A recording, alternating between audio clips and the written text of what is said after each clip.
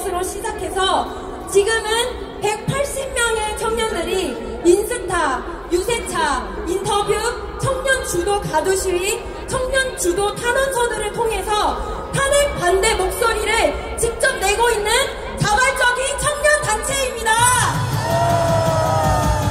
여러분, 12.3 비상계엄 이후 청년들이 정말 많이 일어났습니다. 대학생들도 많이 일어났습니다. 저와 비슷한 또래이지만 청년들 정말 멋지고 사랑스럽지 않습니까?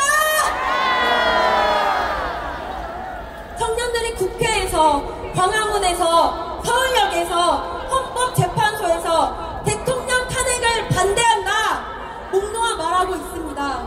나 하나 잘 살자고 아등바등했던 청년들이 이제는 여기 계신 부모님 세대들처럼 나 하나 못 살아도 이 나라를, 내 나라를 지키겠다 희생으로 이 결의를 다지고 있습니다.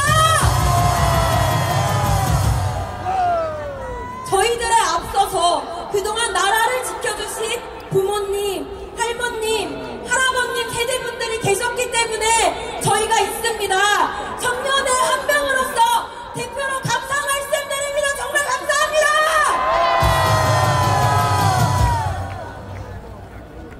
여러분, 제가 개인적인 이야기 하나 하고 싶습니다.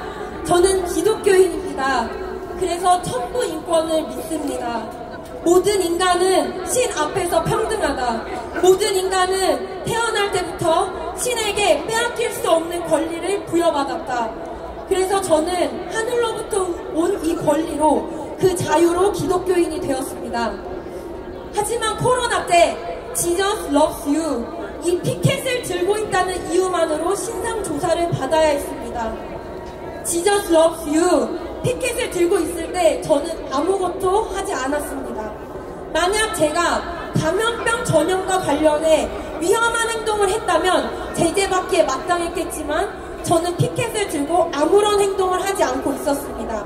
누구에게 다가가지도 않았었고 마스크를 끼고 가만히 서 있었을 뿐이었습니다.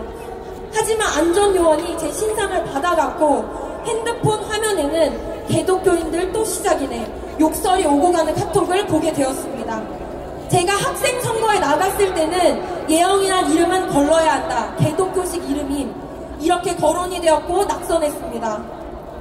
탄핵을 반대하는 청년들의 모읍니다. 대학교 커뮤니티에 대자보를 올렸을 때 극우 기독교인이 개인정보 유출시키려고 저런다, 절대 연락하지 말아라 소리를 들었습니다. 저는 대학교에서 기독교인이라는 것만으로 공격을 받고 배척을 받아야 했습니다. 왜일까요? 논리가 없음에도 왜 통할까요? 이미지와 느낌, 감정과 프레임의 싸움이 있기 때문입니다. 문화로 세뇌시켜놓고 느낌과 감정으로 세뇌시켜놓고 본질에 무관심하게 만들면 생각을 지배할 수 있습니다. 탄핵 반대도 똑같습니다. 탄핵을 반대한다는 이유만으로 대학생들은 극우 프레임에 갇혀야 했습니다. 극우이기 때문에 어떤 주장을 듣지 않아도 되고, 극우이기 때문에 그 의견을 무시해도 된다 라는 문화가 있습니다. 대학교 커뮤니티에 탄핵 반대 시국선언 대자보를 올리면 얼굴이 지읒 같네, 정신병자가 학과 망신을 다 시키네, 너 이제 학교에 얼굴 못 들고 다닐 줄 알아라, 신상을 뒷조사하고 외모를 폄훼하며 마구잡이로 공격하는 것을 보았습니다. 아무도 우리가 탄핵을 반대한다고 할 때 극우라는 이유만으로 이야기를 듣지 않으려고 합니다. 이게 정상입니까? 문화로 입막음 당하고 있는 거 저도 겪고 여러분들도 겪고 청년 여러분 모두 다 겪지 않으셨습니까? 논리보다 더 우위에 있는 것, 이것이 바로 문화적 공격입니다. 쟤네한텐 저래도 돼, 기독교인은 저래도 돼, 탄핵 반대한테 저런 말 들어도 해, 저런 말 말해도 돼, 이런 문화가 있습니다. 하지만 이런 문화적 공격에도 굴하지 않는 이 용감한 청년들에게 제가 감히 도전합니다. 여러분, 이 싸움에서 끝까지 승리해야 하지 않겠습니까? 맞습니다! 윤석열 대통령이 시작한 반국가 세력과의 전쟁 끝까지 싸워 이겨야 하지 않겠습니까? 맞습니다!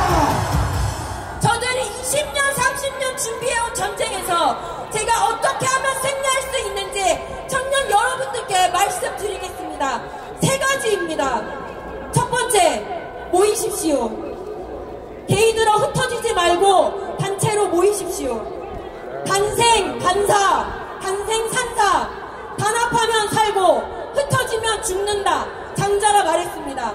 이승만 대통령도 말했습니다. 공산주의와 전쟁에서 뭉치면 살고 흩어지면 죽는다. 성경에도 나옵니다. 모이기를 패하는 어떤 사람들의 습관과 같이 하지 말고 오직 권하여 그날이 가까움을 볼수록 더욱 그리하자. 모임을 주최하시고 단체를 만드십시오. 두 번째, 공부하십시오. 이 나라의 역사에 대해 공부하십시오. 이 나라가 어떤 가치 위에서 세워졌는지 공부하셔야만 합니다. 4.19 부정선거는 이승만 대통령이 아니라 부통령 부정선거였으며 국민이 하야하라고 해서 하야하는 독재자는 없다. 좌파들이 어떻게 이 나라의 뿌리를 삭제하려고 했는지 반드시 청년 여러분은 공부하셔야 합니다. 그래야 이 나라의 뿌리를 온전히 회복할 수 있습니다. 모임을 지속하시고 토론하시고 의견을 나누십시오. 마지막으로 리더를 세우십시오. 다음 리더가 그 자리를 맡게 될 때까지 절대 그 자리를 떠나서는 안 됩니다.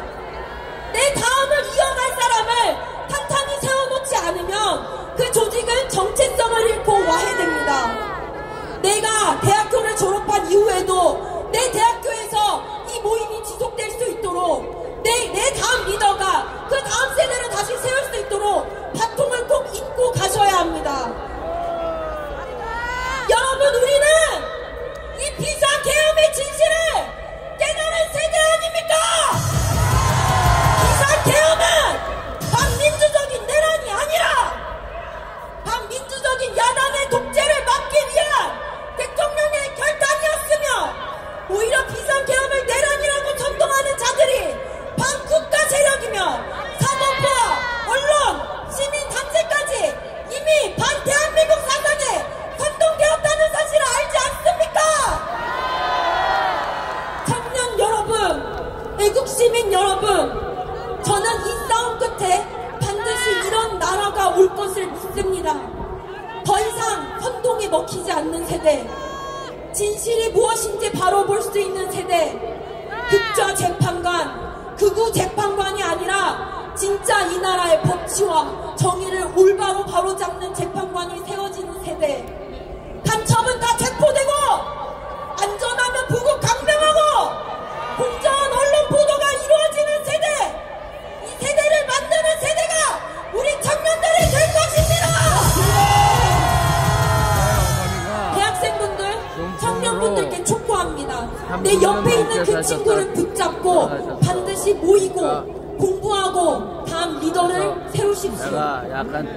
우리가